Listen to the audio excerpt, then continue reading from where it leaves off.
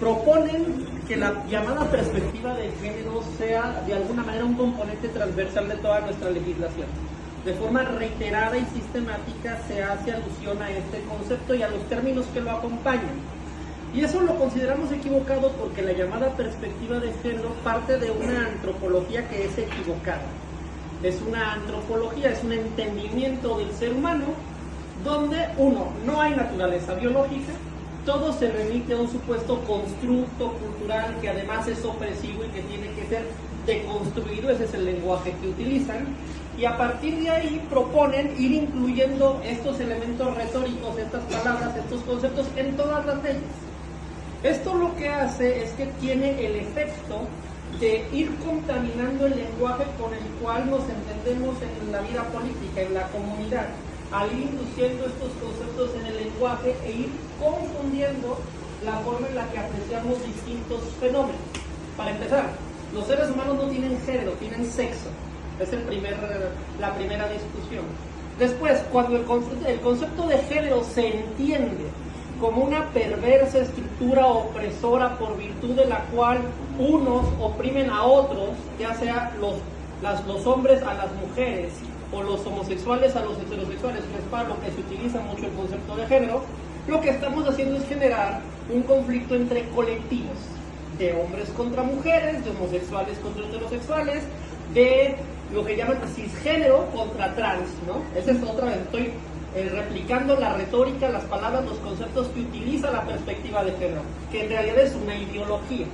Entonces, cuando nosotros empezamos a llenar las leyes de estos conceptos, estamos induciendo estos problemas, tanto un conflicto permanente entre grupos, como una equivocada interpretación de la naturaleza humana. Si la naturaleza humana tiene sexo, hay un dimorfismo sexual, hay comportamientos diferenciados entre los hombres y las mujeres, entre los machos y las hembras, como los hay de todas las especies de animales del planeta, ¿sí? Y obviamente esa no es una perspectiva científica, ¿sí? Es una visión ideológica, fantasiosa, que parte de un reduccionismo sociológico, de algo que no está en la realidad y que simplemente construyen en abstracto, ¿sí? Obviamente, tratar de legislar desde una perspectiva de esta naturaleza lo consideramos dañino para nuestra sociedad. Va a generar problemas y conflictos. Llenar las leyes de estos conceptos solo puede generar problemas. Eso es lo que estamos denunciando aquí.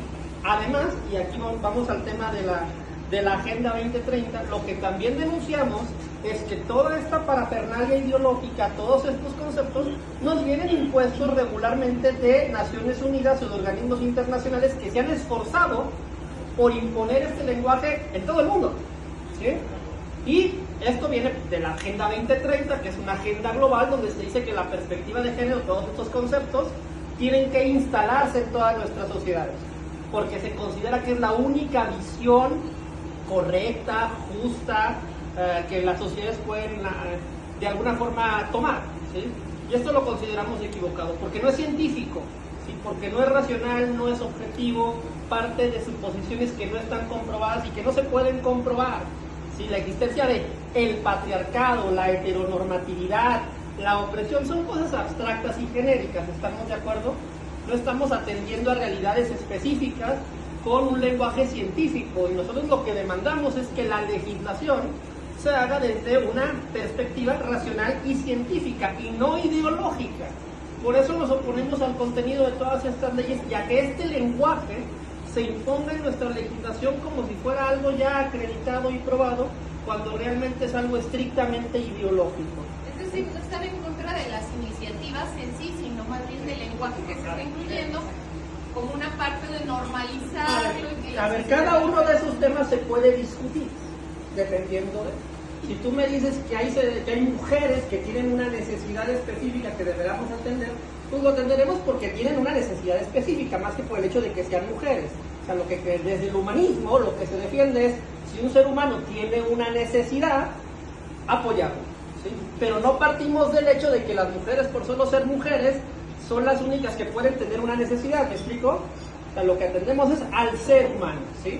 No a la división ideológica de un conflicto de opresión entre hombres y mujeres, ¿sí? Lo cual está implícito en la llamada perspectiva de género. Tú nunca vas a encontrar una política con perspectiva de género, ¿sí?, que favorezca a los hombres, ¿sí? O sea, que de alguna forma reconozca que ahí puede haber una necesidad. Porque la perspectiva de género parte de la idea de que hay que deconstruir la perversa cultura heteropatriarcal y machista que hemos tenido en la humanidad desde el inicio de los tiempos, ¿sí? Lo cual lo consideramos un relato ideológico.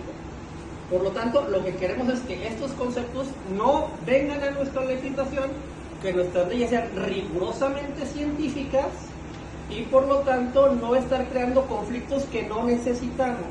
Porque no necesitamos un conflicto entre hombres y mujeres, y no necesitamos un conflicto entre homosexuales y heterosexuales, y no necesitamos un conflicto entre las personas trans y el resto de la sociedad, ¿me explico? No queremos esa retórica. Y obviamente estas leyes no abonan a eso y están construidas desde ahí. Eso es lo que estamos discutiendo, ¿no? Si seguimos teniendo el derecho a definir los conceptos que establecen nuestras leyes, y aparte definirlos de una perspectiva científica, o si ya todo nos va a ser impuesto desde fuera a través de agendas internacionales que nuestros legisladores locales, ignorantes e incompetentes, simplemente calcan a la letra sin ponerse a reflexionar qué es lo que verdaderamente significa. Ese es el tema.